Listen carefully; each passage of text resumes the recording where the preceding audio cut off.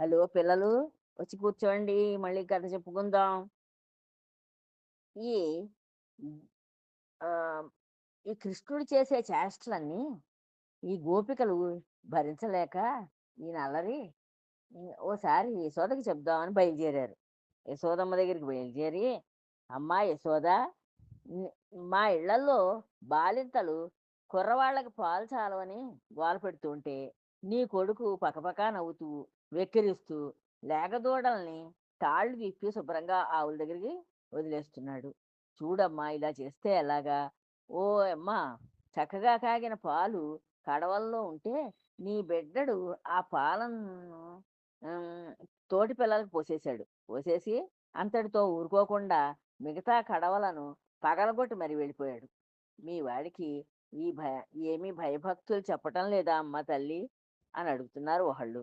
ఓ తల్లి, మా ఇళ్లలో తృప్తి తీరా తాగడానికి పాలు కనబడకపోయేసరికి మీ కుర్రవాడు కోపంతోటి పసిబిడ్డలను పడదోసుకుంటూ బయటకెళ్ళిపోయాడు. వాళ్ళు గుక్కబెట్టి ఏడుస్తున్నారు. మరి నువ్వు ఒక తల్లివే గదా! ఇలా ఒక్కొక్క గోపిక ఒక్కొక్కలాగా చెప్పి అడుగుతోంది ఈవిడ్ని. నిన్నగాక మొన్న పుట్టాడో లేదో అప్పుడే దొంగతనాలు మొదలైనవి మొదలెట్టేశాడు. అవి కూడా మామూలు దొంగతనాలుగా ఉన్నాయా? మా ఇంట్లో చొరబడి ఉట్టి అందకపోతే రోళ్ళు, పీటలు ఒకదాని మీద ఒకటి ఎక్కించాడు. ఎక్కించి అందుకోవడానికి ప్రయత్నం చేశాడు. కానీ ఏం చేసినా కానీ వాడి చేతికి అది ఏమీ అందలేదు. అందకపోయేసరికి చే చూసాడు, చెయ్యి పెట్టి చూసాడు, ఏం అందలేదు. అందకపోయేసరికి ఏం చేశాడు, కింద నుంచే కుండకు ఒక పెద్ద కన్నం పెట్టాడు. కన్నం పెట్టి ఆ మిగడ పాలు దోసెలతోటి పట్టి తాగాడు. ఇంత సన్నని కడుపు కలదానివి నువ్వు. నీ కడుపు చూస్తే చాలా సన్నగా ఉంది. అంత పెద్ద కడుపు పిల్లాడిని ఎలా కన్నావమ్మా నువ్వు? అని ఒక ఆవిడంది. అమ్మా అలసటకని ఆహ్, ఆటలకని బయలుదేరి నీ కొడుకు ఇదిగో వీళ్ళ ఇంట్లో పెరుగు తాగేశాడు. తాగేసి వెళ్ళేవాడు వెళ్ళిపోవచ్చు కదా! వెళ్ళిపోకుండా నిద్రపోతున్న ఇంటి కోడలికి మూతికి రాసేసి కాస్త పెరుగు వెళ్ళిపోయాడు. వెళ్ళిపోయేసరికి "దొంగ తిండి తింటున్నావేమిటే" అని చెప్పి పాపం ఆ కోడల్ని అత్తగారు కొట్టింది. చూసావా? మీ సుపుత్రుడు వాళ్ళ ఇంట్లో చొరవబడ్డాడు ఇంకోళ్ళింటోను. గుమగుమలాడే నెయ్యంతా తాగేశాడు. తాగేసి ఆ కడవలు హ్మ్, వీళ్ళ ఇంట్లో పక్కింట్లో పడేశాడు పట్టుకెళ్ళి. ఆ ఖాళీ అయిన కుండల్ని పట్టుకెళ్ళి పక్కింట్లో పడేశాడు. ఓ ఇల్లాలా వాళ్ళకి వీళ్ళకి పెద్ద పోరాటం జరిగింది. పోట్లాట జరిగింది. తెలుసా నీకు? అని ఇంకొక ఆవిడ అడుగుతోంది.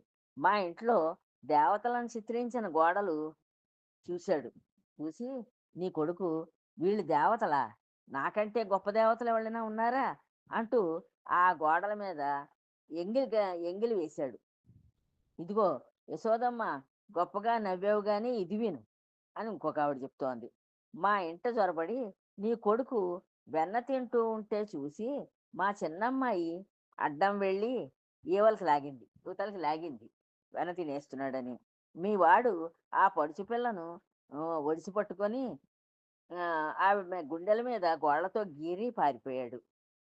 ముఖమింత చేసుకొని చూస్తున్నావు గాని, ఇవి పసిబిడ్డలు చేసే పనులేనా తల్లి? అని చెప్పి ఆవిడ అడిగింది. ఇలా ఈ వచ్చిన భామలందరూ తలో నేరం చెప్తున్నారన్నమాట ఈ కృష్ణుడి మీద.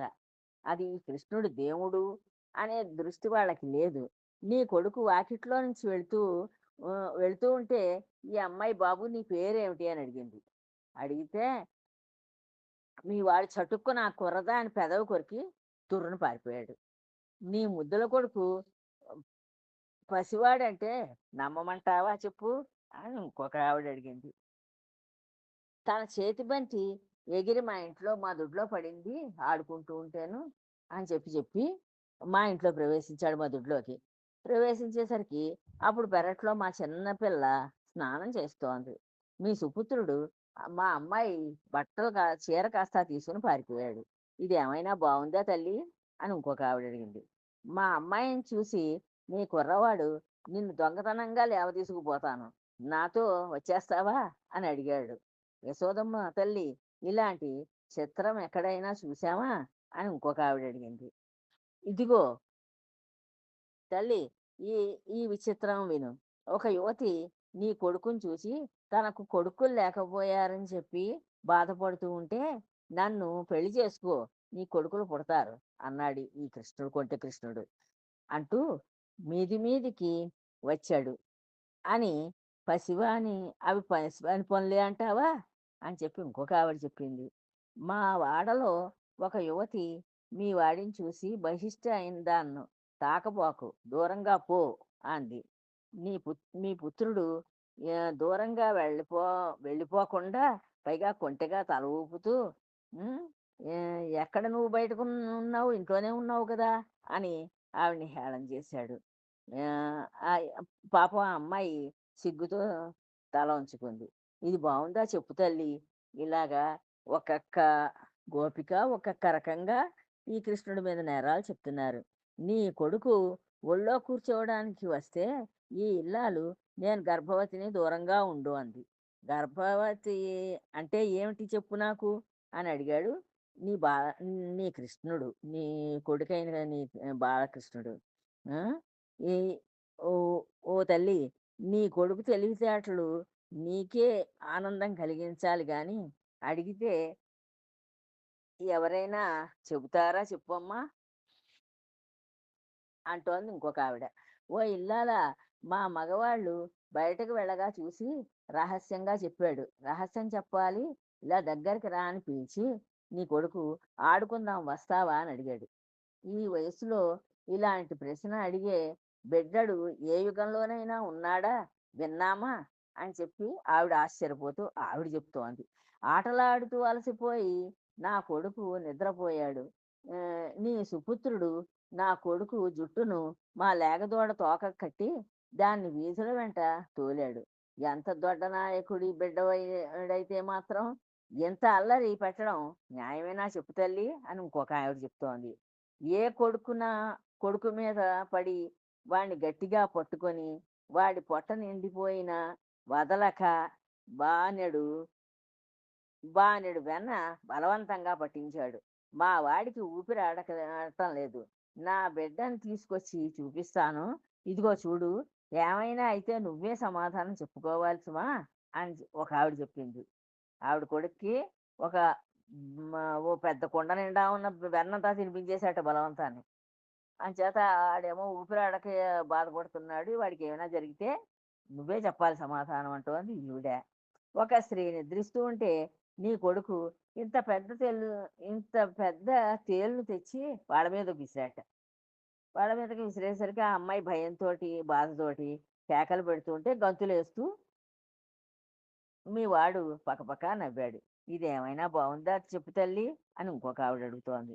"నా కొడుకు, కోడలు ఏకాంతంగా ఉంటే నీ కొడుకో పావును తెచ్చి మీద పారేశాడు. పారేసేసరికి వాళ్ళకి ఎటు పోవాలో తెలియక, ఏం చెయ్యాలో తోచక వాళ్ళు పాపం బిక్కచచ్చిపోయి హ్మ్, వాళ్ళు బాధపడ్డారు. ఇది మంచి లక్షణమేనా చెప్పు తల్లి" అని చెప్పి ఇంకొక ఆవిడ చెప్పింది.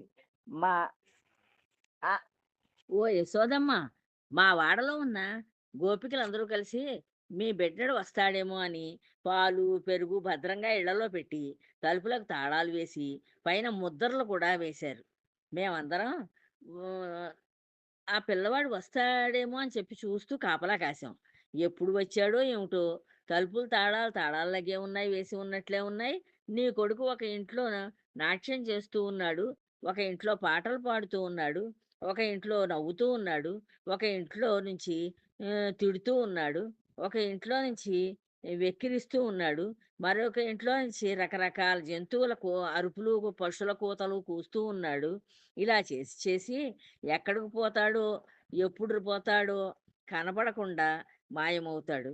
తీరా తలుపులు తీసి చూస్తే ఖాళీ కడవలు మాత్రం అటూ ఇటూ పడి ఉన్నాయి. ఇలా జరిగిందమ్మా అని చెప్పి వాళ్ళు చెప్పారు. మీరు ప్రభువులైతే అయ్యారు కానీ మీకు ఎంతో సంపద ఉంటే మీరు కడుపు నిండా తినచ్చు, ఒంటి నిండా కట్టుకోవచ్చు, పెట్టుకోవచ్చు. అంతేకాని ఇలా బిడ్డలను పేదవాళ్ళ ఇళ్ళ మీదకి పంపి ఇలా నవ్వుతూ ఊరుకుంటావా తల్లి అని చెప్పి మళ్ళీ ఇంకొక ఆవిడ అడుగుతోంది. ఇదిగో తల్లి, నీ బిడ్డడు మా ఇళ్ళలో పాలు, పెరుగు బతకనివ్వడం లేదమ్మా. మా అన్నగారు మా అన్నగారు నందప్రభువుల వారి ఆవుల మీద ఒట్టు. మమ్మల్ని మెత్తని మాటలతో సర్దిపుచ్చాలని చూస్తావేమో. ఇక ఈ వాడలో ఉండలేమమ్మా మేము. ఊరు విడిచిపోవలసిందే. కానీ మాకు మరో గతి లేదు అని చెప్పేసింది ఇంకొకావిడ. ఈ విధంగా గోపికలు ఎన్నో విధాలుగా చిన్ని కృష్ణుని నేరాలను ఎత్తి చూపుతూ గొడవ చేశారు. గొడవ చేస్తే బాలకృష్ణుడు ఆహ్, చేస్తూ ఉన్న ఆ వినోదాలన్నీ తమ ఎడల అనుగ్రహించిన మహాప్రసాదాలని వారు తెలుసుకోలేకపోయారు. వారి మాటలన్నీ విన్న యశోద వారితో ఇలా అంది.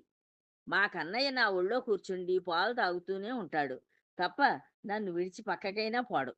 మా చిన్న కన్నయ్యను పక్క ఇంటికి త్రోవ పక్క ఇంటి త్రోవలు కూడా వాడికి తెలియవు. ఈ ఈనాటికి సరిగ్గా వాడు కళ్ళు తెరవని పసిగుడ్డును ఇలా అల్లరి పెట్టడం మీకేమైనా బావుందా? అని ఈవిడడిగింది వాళ్ళనందరినీను. ఈ బిడ్డడికి మరేమీ తెలియదు. ఏదో తనంత తాను ఆడుకుంటూ, ఆనందిస్తూ ఉంటాడు. మావాడు ఎంతో మంచివాడు. పరమాత్ముడుగా తానొక్కడే ఉంటాడు. తానే ఆనంద స్వరూపుడు కనుక తనలో తానే ఆనందిస్తూ ఉంటాడు. అమ్మలారా, తల్లులారా, మీరందరూ సకల సద్గుణవతులు, 3 లోకాల్లోనూ అందమైన వారు. ఈ నా బిడ్డడి పైన నిందలు వేయకండి. మిమ్మల్ని బతిమాలుకుంటున్నాను అని చెప్పింది ఈ యశోదమ్మ.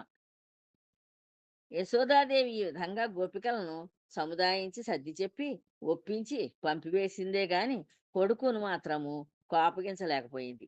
ఈ చిన్న పిల్లాడంటే ఆవిడకి చాలా ఇష్టం ఈ కృష్ణుడంటేను. అంచేత ఆవిడ ఏమీ కోపగించుకోకుండా ఏ సా వాళ్ళకి మాత్రం సర్ది చెప్పేసి పంపించేసింది. ఇది. ఇదంతా బుల్లి కృష్ణుని మీద వాళ్ళందరూ చెప్పిన చాడీలన్నమాట. వాళ్ళ అమ్మ విని, "నా కొడుకు ఏం చేయడు. నా కొడుకు నా దగ్గరే ఉన్నాడు" అని ఆవిడ చెప్పేసింది వాళ్ళకి. సరే అయితే తర్వాత కథ మళ్ళీ రేపు చూద్దాం. ఉంటాను. జై శ్రీరామ్.